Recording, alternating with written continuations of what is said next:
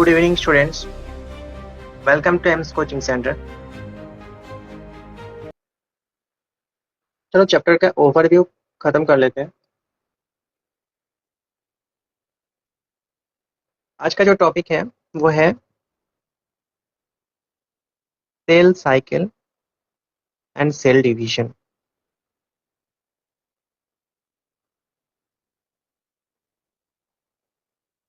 ये cell cycle and cell division, actually cell cycle है क्या और सेल डिवीजन ही क्या है? सेल डिवीजन का मतलब है कि एक सेल उससे दो सेल बन गया, मतलब ये डिवाइड हो गया। लेकिन सेल साइकिल है क्या? सेल साइकिल जो है, तो ये जो डिवीजन हो रहा है इसके लिए कुछ प्रोसेस होता है। इस प्रोसेस को ही एक साइकिल के थ्रू हम लोग डिनोट कर देते हैं। जैसे कि सोचो,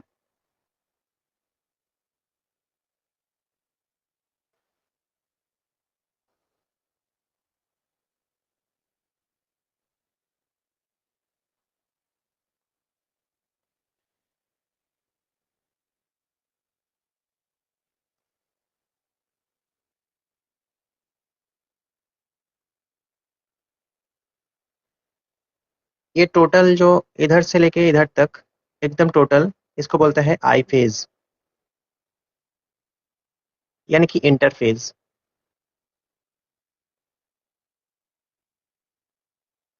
बस इतना सा जो है वो है एम फेज, यानी कि माइटोसिस फेज या माइटोटिक फेज। मेन जो सेल डिवीजन होता है वो बस इतना ही होता है, यही होता है इसका डिवीजन। बाकी इधर से लेके इधर तक, G1 से लेके S एंड G2 तक जितना सारा टाइम है, ये टोटल टाइम जो है इसका सेल को प्रिपेयर, मतलब डिवीजन से पहले उसको प्रिपरेशन देना पड़ता है, मतलब उसको लिए प्रिपरेशन चाहिए। ये प्रिपरेशन जो होता है सेल के लिए, जो डिवीजन के जो प्रिपरेशन है, ये इतना सा लॉन्ग प्रोसेस है ये। तो इसी को बोलते हैं आई फेज जो है। इसके लिए टाइम लगता है 95%, ओवरऑल 95%, और इसके लिए सिर्फ 5%। अगर इसके लिए टाइम काउंट किया जाए तो देखता है कि total overall division, cell division के लिए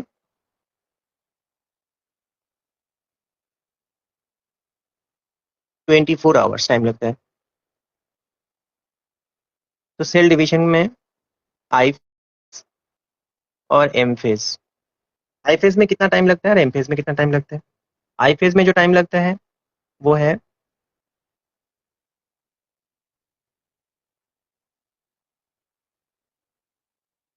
23 आवर्स। एम फेज में कितना लगता है? 1 आवर। ये था ह्यूमन के लिए।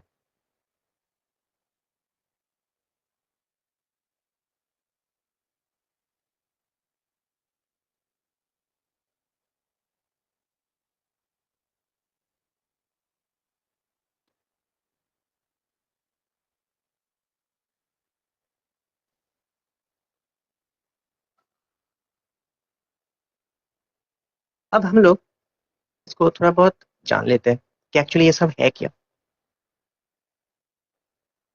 इसका नोट वगैरह जिसको भी चाहिए वो मुझे मैसेज कर देना, मैं उसको भेज दूंगा।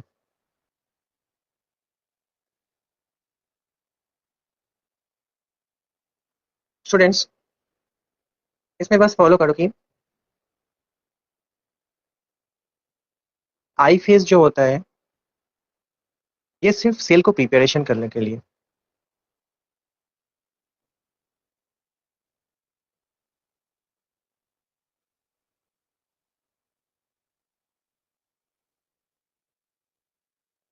और एम फेज जो है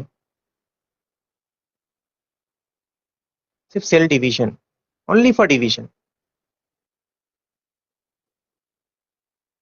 ये बस याद रखना, आई फेज जो होता है वो सेल की प्रिपरेशन,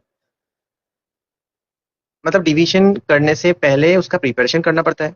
जैसे कि हम लोग एग्जाम देने से पहले प्रिपरेशन लेते हैं, ऐसे सेल डिवीजन के लिए भी प्रिपरेशन चाहिए, क्योंकि सेल ऐसे तो खुद से नहीं डिवाइड हो जाता है ना। जैसे कि सोचो, ये एक सेल है, ये न्यूक्लियस है, ये साइटोप्लाज्म है। तो न्यूक्लियस साइटोप्लाज्म, अब देखो क्या होगा सेल का डिवीजन होने का मतलब है कि ये जो उसका अंदर वाला जो साइटोप्लाज्मिक पार्ट है, ये साइटोप्लाज्मिक पार्ट धीरे धीरे आकार में बड़ा होते जाएगा। तो देखो न्यूक्लियस अगर छोटा रह गया तो साइटोप्लाज्म अगर बड़ा हो गया तो क्या होगा, एक सोचो साइटोप्लाज्म ये है, सॉरी, सोचो ये साइटोप्लाज्म है, साइटोप्लाज्म इतना बड़ा हो गया। अब सोचो एक न्यूक्लियस जो है इतना छोटा है, न्यूक्लियस को क्या बोलते हैं, ब्रेन ऑफ द सेल। तो ये अकेला इसको पूरा का पूरा जो सेल है, इस सेल को वो कंट्रोल नहीं कर पाएगा। इसीलिए क्या करना पड़ता है कि सबसे पहले ये न्यूक्लियस जो है यही डिवाइड हो जाता है, दो हो जाता है। फिर बाद में ये साइटोप्लाज्म धीरे धीरे बड़ा होता है और फिर इसमें पारो फॉर्मेशन होता है। फिर वो धीरे धीरे सेपरेट हो जाता है, अलग अलग सेल में सेपरेट हो जाता है। फॉर एग्जाम्पल सोचो, ये एक सेल है, ये न्यूक्लियस है। धीरे धीरे क्या होगा, ये न्यूक्लियस धीरे धीरे आकार में बड़ा होते जाएगा। फिर क्या होगा,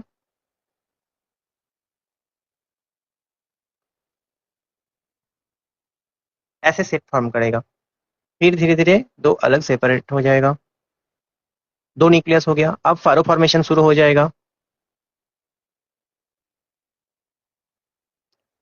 ये जो फारो फॉर्मेशन होने से ये धीरे धीरे बढ़ते जाएगा। फिर एक टाइम बाद दो अलग अलग पार्ट में डिवाइड हो जाएगा। तो ये होता है सेल डिवीजन। अब देखो, ये डिवीजन जो है, डिवीजन के लिए हम लोग एम फेज को चुनते हैं और आई फेज जो है वो डिवीजन से पहले सेल को प्रिपेयर करते हैं।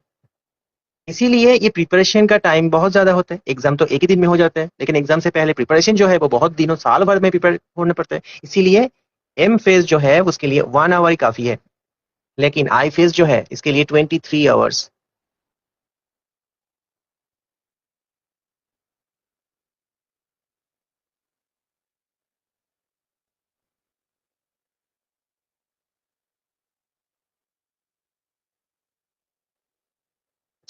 अब हम जानेंगे एक्चुअली ये जो सेल डिवीजन हो रहा है, ये डिवीजन का दो पार्ट होता है।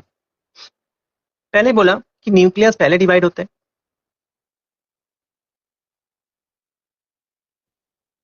उसके बाद साइटोप्लाज्म होता है। न्यूक्लियस का जो डिवीजन है उसको नाम है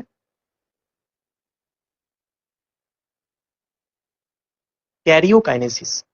साइटोप्लाज्म का जो डिवीजन है साइटोकाइनेसिस। कैरियोकाइनेसिस, ये जो कैरियन, ये टर्म जो है वो कैरियन से आता है। तो कैरियो ग्रीक वर्ड जो है कैरियन, तो कैरियन का मतलब होता है न्यूक्लियस। सो कैरियन यानी कि न्यूक्लियस, उसका काइनेसिस मतलब डिवीजन। तो न्यूक्लियस का अगर डिवीजन होगा तो वो बन जाएगा कैरियोकाइनेसिस। और साइटो काइनेसिस, ये देखो साइटो एंड काइनेसिस। तो साइटो से साइटोप्लाज्म, तो साइटोप्लाज्म का अगर डिवीजन होगा तो वो साइटोकाइनेसिस बन जाएगा। अब यही फर्क है कि कैरियोकाइनेसिस पहले होता है या साइटोकाइनेसिस पहले होता है। सोचो कि कोई भी एक ऑर्गेनिज्म है जिसके अंदर न्यूक्लियस डिवाइड ही नहीं हुआ, न्यूक्लियस बस एक ही रह गया, लेकिन साइटोप्लाज्म बहुत बड़ा हो गया, डिवाइड होते होते बहुत बड़ा हो गया, मतलब एकदम बहुत ही बड़ा हो जाएगा। तो फिर क्या प्रॉब्लम होगा, क्योंकि पूरा का पूरा सेल को ये अकेला कंट्रोल नहीं कर पाएगा। यही प्रॉब्लम है इसका। और सोचो उल्टा अगर हो गया तो, सोचो न्यूक्लियस बहुत सारा हो गया, न्यूक्लियस बहुत सारा हो गया, लेकिन साइटोप्लाज्म डिवाइड नहीं हो पाया, तो भी प्रॉब्लम हो जाएगा। क्योंकि उसके लिए भी प्रोटीन सिंथेसिस के लिए भी कुछ चाहिए और जगह भी चाहिए ताकि साइटोप्लाज्म बन सके। लेकिन साइटोप्लाज्म के लिए उसको भी डिवाइड करना पड़ेगा, तो साइटोकाइनेसिस भी जरूरी है। इसीलिए कैरियोकाइनेसिस और साइटोकाइनेसिस को दोनों को जोड़ दो तो क्या होता है, सेल डिवीजन। ये दोनों को मिला के सेल डिवीजन होता है।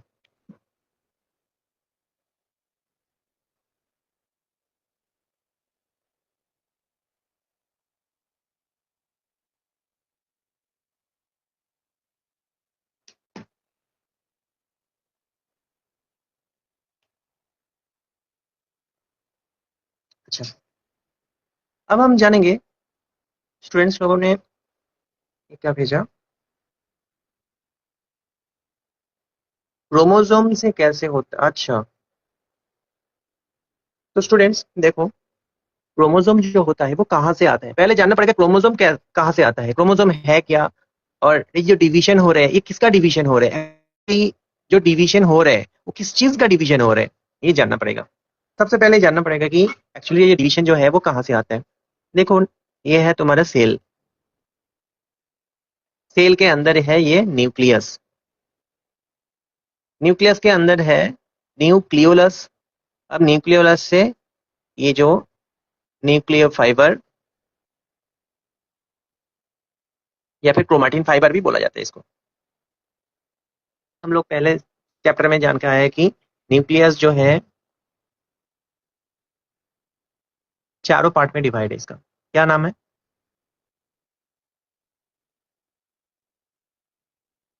Nucleolus,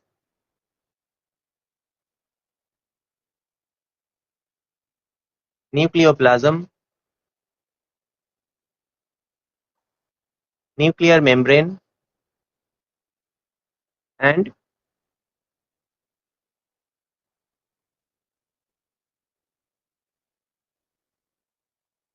nuclear fibre. इसी को और एक नाम से बोला जाता है कि क्रोमेटिन फाइबर।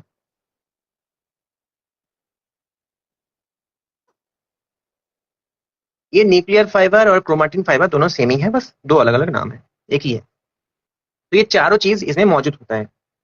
जैसे कि ये न्यूक्लियस है, इसका सेंटर में न्यूक्लियस जैसे और एक चीज होता है, उसका नाम है न्यूक्लियोलस।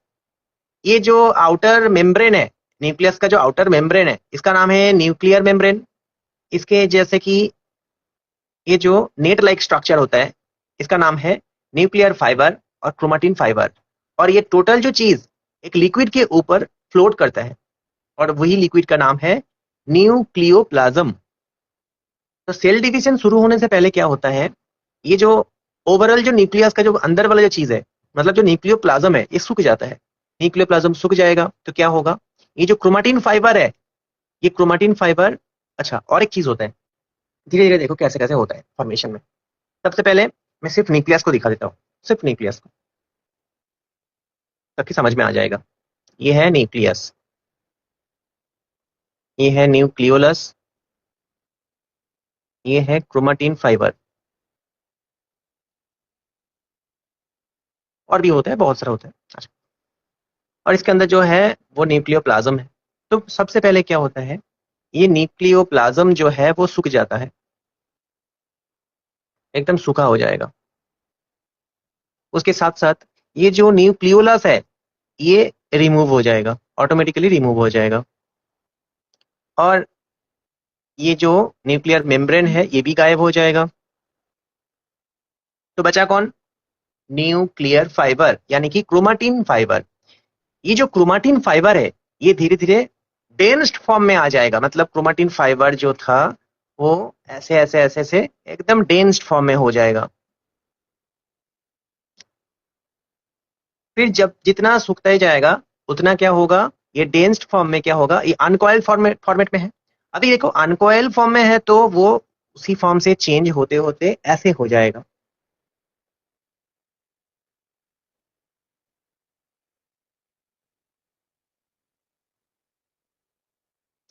ऐसे ऐसे फॉर्म में बदल जाएगा। जब भी ये ऐसे बदलेगा तो ऐसे ऐसे जनरेट हो जाएगा।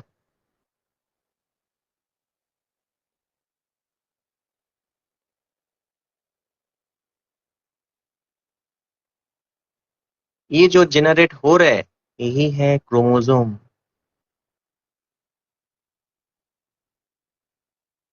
ये था क्रोमेटिन फाइबर।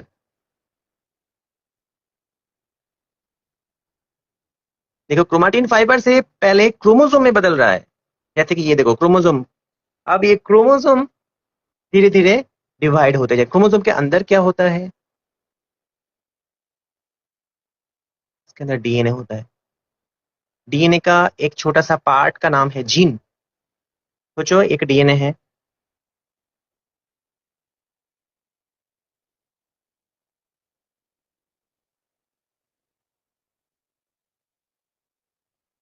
ये डीएनए। अब डीएनए का सोचो इधर से लेके इधर तक तुम कट कर दिया, मतलब ये वाला पोर्शन, दूसरा इंक से दिखा देता हूँ। सोचो ये वाला पोर्शन, ये कोई कैरेक्टरिस्टिक, स्पेशल कोई कैरेक्टरिस्टिक्स, इसमें है, मौजूद है। अच्छा, ये वाला पोर्शन में सोचो दूसरा कोई कैरेक्टरिस्टिक्स मौजूद है। अच्छा, और ये वाला पोर्शन में सोचो तीसरा कोई कैरेक्टरिस्टिक्स मौजूद है। ये पर्टिकुलरली एक एक जगह जो है इसको बोलते हैं जीन।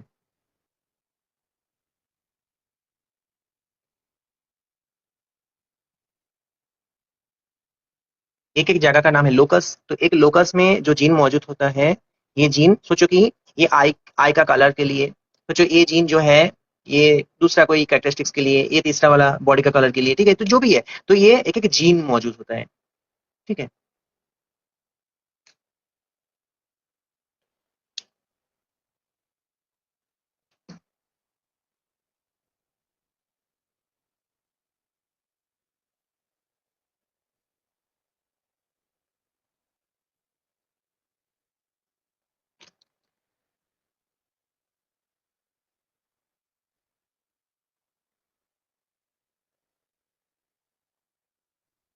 अच्छा, और एक बात, कोई स्टूडेंट पूछ रहा है कि क्रोमोसोम कैसे दिखने में कैसे होते हैं, उसका स्ट्रक्चर। अच्छा, क्रोमोसोम का स्ट्रक्चर देखो, क्रोमोसोम का स्ट्रक्चर कैसे होता है इसको पहले समझ लो, फिर ये चैप्टर में घुसो।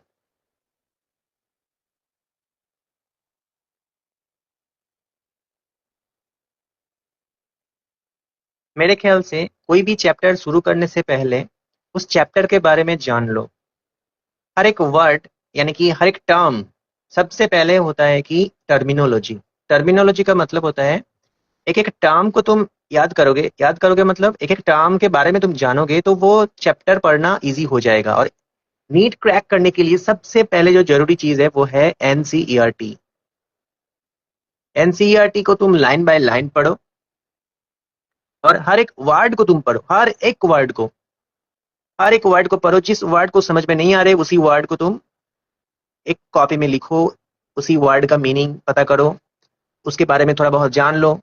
फिर देखो एनसीईआरटी बुक तुम्हारा क्लियर हो जाएगा, और एनसीईआरटी बुक क्लियर होगा तो हर एक क्वेश्चन का आंसर तुम दे पाओगे। यही है सीक्रेट, और कुछ नहीं। अच्छा, क्रोमोसोम का स्ट्रक्चर कैसे होता है, सोचो कि एक क्रोमोसोम है। क्रोमोसोम का स्ट्रक्चर सबसे पहले तो जान लेते हैं, क्रोमोसोम का स्ट्रक्चर ऐसे होता है।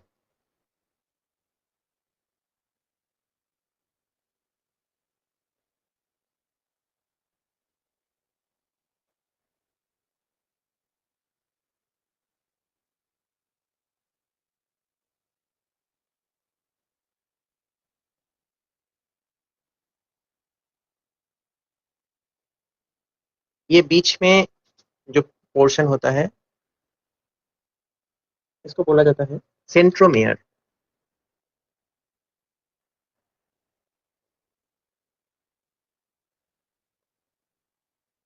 क्रोमोसोम का ये वाला जो पार्ट है इसको बोला जाता है क्रोमाटिड्स, क्रोमाटिड। और लास्ट वाला पोर्शन को बोलते हैं टेलोमेयर, टेलोमेयर। बस थोड़ा बहुत जान लो इसके बारे में, क्योंकि क्रोमोसोम का स्ट्रक्चर पता होना जरूरी होता है। सिर्फ ये दो चीज जानना जरूरी होता है, सेंट्रोमियर, क्रोमाटिड। अच्छा, और एक चीज होता है, ये वाला पोर्शन इधर से लेके इधर तक, इधर से लेके इधर तक, ऐसे एक जैसे लगेगा कि कोई बटन इधर दिया हुआ है, इसमें भी प्लेट लाइक कुछ होगा।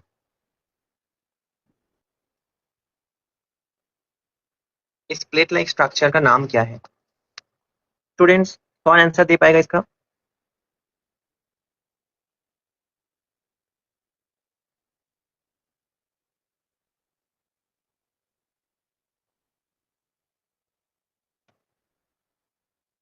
ये वाला हिस्से का नाम है सेंट्रोमियर, और ये वाला हिस्से का नाम क्या है? Most important question.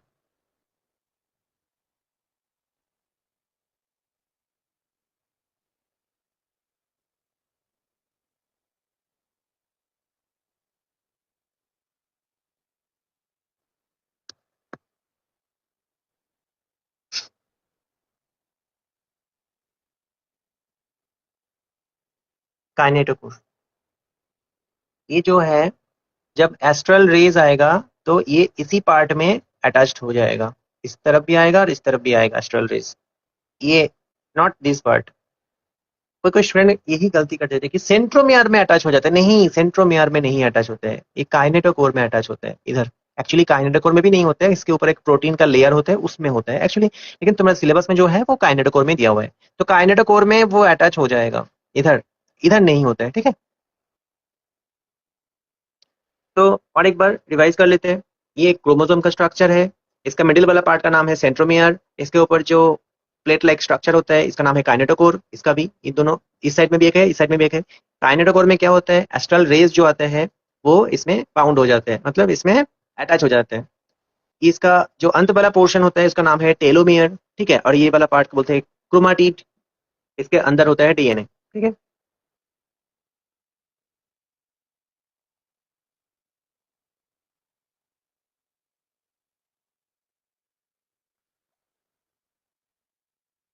अच्छा, कोई स्टूडेंट भेज रहा है। अच्छा अच्छा, क्रोमोसोम कितना टाइप, अच्छा ठीक है, क्रोमोसोम कितना टाइप का है। देखो क्रोमोसोम का जो टाइप होता है ये इसके बेसिस में होता है। अगर सेंट्रोमियर मिडिल में है,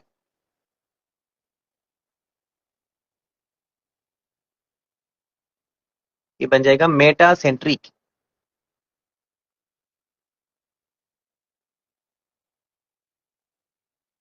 सोचो, सेंट्रोमियर जो है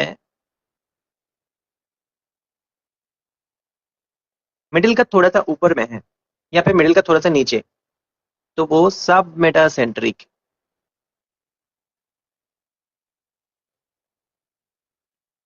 अब सोचो, सेंट्रोमियर जो है वो एकदम अंत के जैसा ही है, तो ये बन जाएगा एक्रोसेंट्रिक। एक्रोसेंट्रिक। और सेंट्रोमियर एकदम टेल वाला पोर्शन में है, तो वो हो जाएगा टेलोसेंट्रिक। तो ये चारों नाम है, एक है मेटासेंट्रिक, दूसरा है सब मेटासेंट्रिक, तीसरा है एक्रोसेंट्रिक, और चौथा वाला जो है वो टेलोसेंट्रिक। ये तुम्हारे क्रोमोसोम वाला पार्ट में मिल जाएगा। अगर इसका कोई नोट वगैरह चाहिए तो हम लोगों का जो व्हाट्सएप ग्रुप है उसमें ज्वाइन कर सकते हो। व्हाट्सएप नंबर है, मैं लिख देता हूँ, 9083 611 693।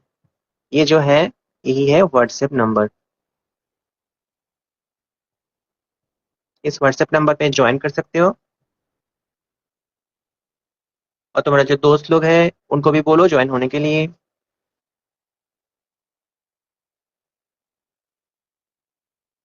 टेक्निकल इशू की वजह से बहुत सारे लोग ज्वाइन नहीं कर पा रहे, क्या हो रहा है। कोई कोई लोग ज्वाइन तो कर पा रहे हैं। ठीक है, नेक्स्ट टाइम से यूट्यूब के थ्रू ही ऑनलाइन क्लास कराने की कोशिश करूंगा, देखते हैं। नेक्स्ट क्लास जो होगा वो शायद वेडनेसडे या थर्सडे ऐसे कुछ होगा।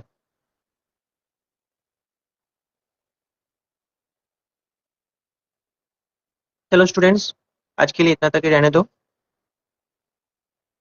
कुछ होम टास्क भेज दूंगा, जिन जिनको चाहिए वो व्हाट्सएप की करो। इसी व्हाट्सएप नंबर एक बार दिखा देता हूँ, यही व्हाट्सएप नंबर है, इसी व्हाट्सएप नंबर पे व्हाट्सएप करो। जिनको वर्कशीट चाहिए वो वर्कशीट मिल जाएगा। Thanks for watching. चैनल को सब्सक्राइब करो और दोस्तों के साथ शेयर कर दो। राधे राधे।